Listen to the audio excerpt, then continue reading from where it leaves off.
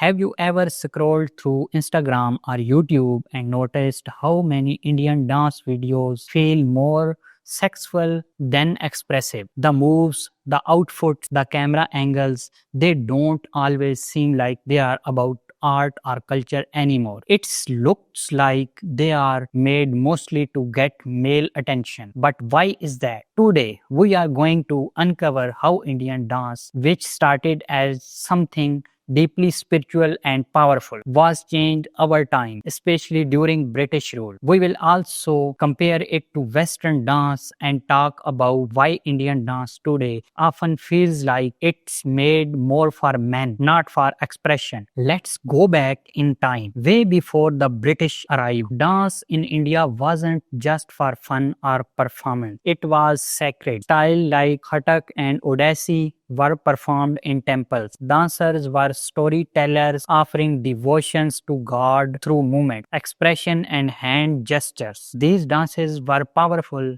They showed emotions, mythology, and culture. They were meant to connect with the divine, not to entertain people in the way we think today. The dancers were respected, sometimes even seen as priestess. Then came colonization. When the British arrived, they didn't understand Indian culture and they didn't care to. They saw temple dancers, especially Deodasis, and misunderstood them. In their Victorian mindset, women dancing in front of other equal to immoral. They called them prostitutes. Over time, many temple dancers were pushed out of their sacred spaces. Some, out of poverty, were forced to perform for British soldiers and officers. The sacred dance became something else. It was now performance for survival, not devotion. The British created clubs and lodges where Indian girls danced, not to express themselves but to please foreign men.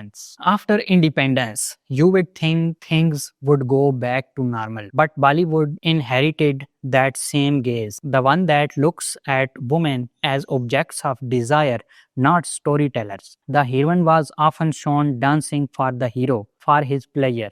And it worked. These songs sold tickets. They became popular. Now fast forward to today and it's even more intense. Scroll through Instagram or YouTube and you will see suggestive outfits, proactive moves, dancers, dance made for camera and often for male followers. It's not that these dancers aren't talented. They are, but the focus has shifted. Now let's compare this with Western dance. In ballet, hip hop, jazz, you will find sensuality too, but it's usually not just about pleasing men. In many Western traditions, dancers are allowed to express strength, joy, pain, and all kind of emotions. The culture doesn't automatically label as women dancing as asking for attention. In Indian culture, the line is much thinner. People comment on how a woman looks, not what she expressing. They call her bold, hot, shameless instead of calling her an artist. This mindset didn't come from tradition.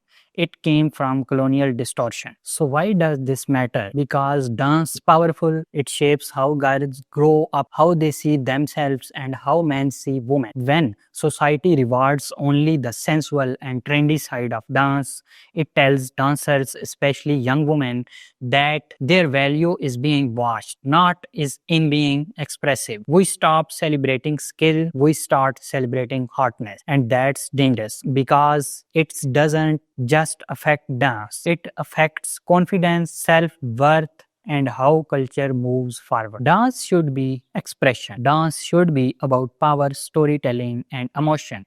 But somewhere along the way, especially during colonization, Indian dance was twisted into something meant to please men. It's not about blaming dancers, it's about understanding the gaze, who we perform for, and why. If we want to reclaim our art, we have to start by changing the way we look at it. So the next time you see a dance video online, ask yourself, is this art or is this just performance for someone else's pleasure? If this video made you think differently, hit like, drop a comment and subscribe. Let's start telling our own stories again. Thank you.